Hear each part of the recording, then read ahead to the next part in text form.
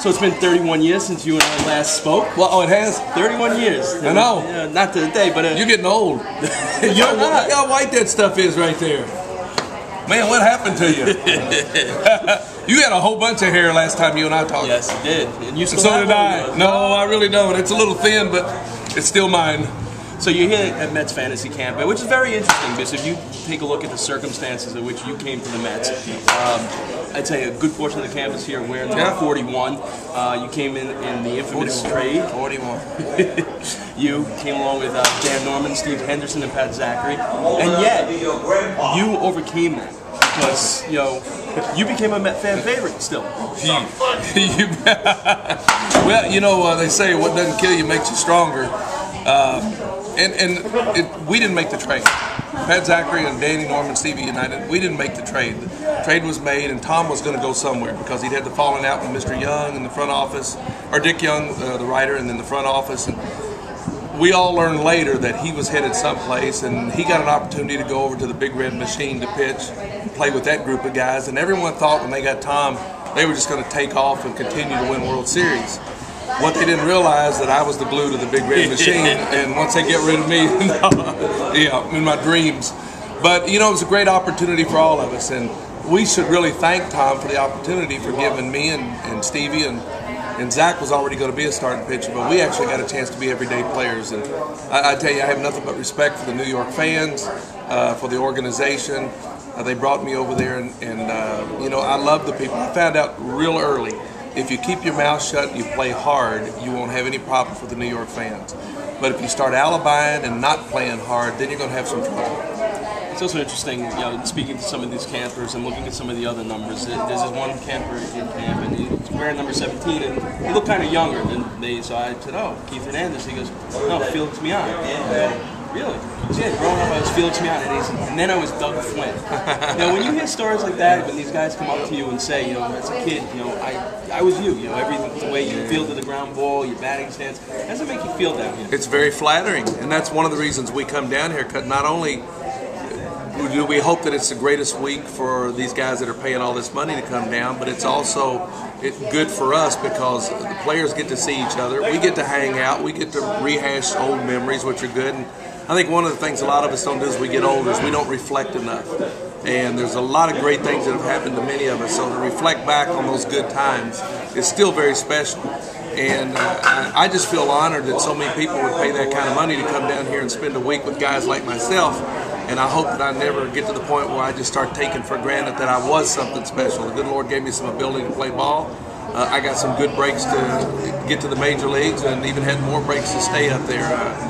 It was a great time in my life, and seeing these guys just brings back wonderful memories.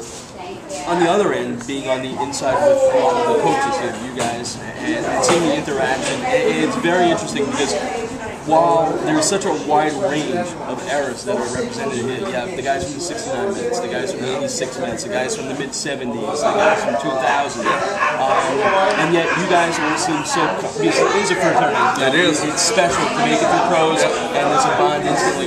But what's that like when you get a chance to sit down and speak to Joe Pimentano about the Brooklyn Dodgers, or we're talking probably about the 86 Mets? What's it like as a player? Well, it's good, and I remember Wally coming up as a young kid, and I was still playing second base, and you could tell by his work ethic he was destined to get an opportunity to play in the big leagues because he was a tireless worker, he had good quickness, good hands, he was a battler at the plate, and he made himself into an outstanding ball player.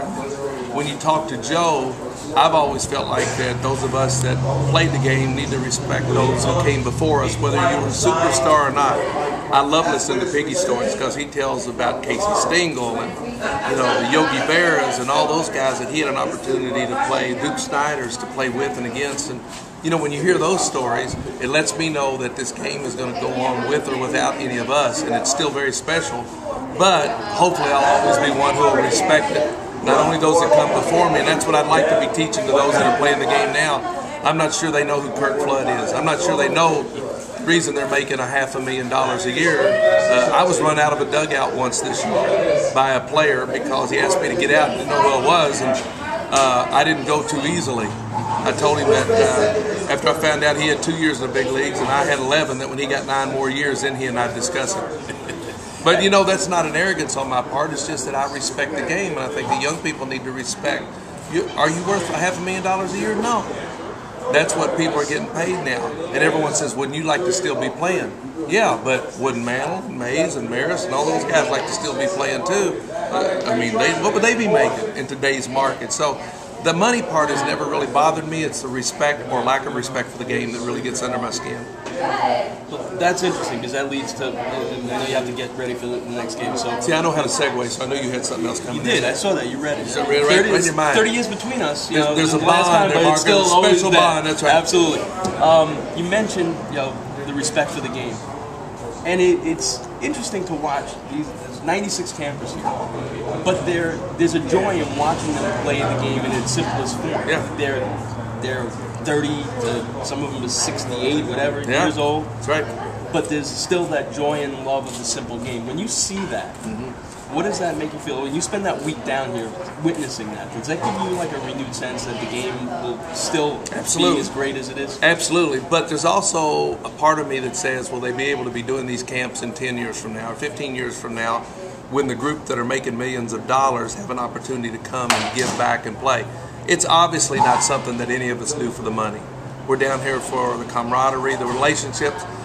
The people that we meet, not just the pros, other pros, but the campers, those are friendships and relationships that go beyond the baseball field. You know, that's the fellowship, the going out to dinner, the telling the stories. I mean, all of that is very special and needs to remain special. And we're hoping that there'll be some part of this new generation that'll keep that in mind so that when they move on out of the game, that they'll be able to at least be giving back to the millions of fans that are out there watching them play today.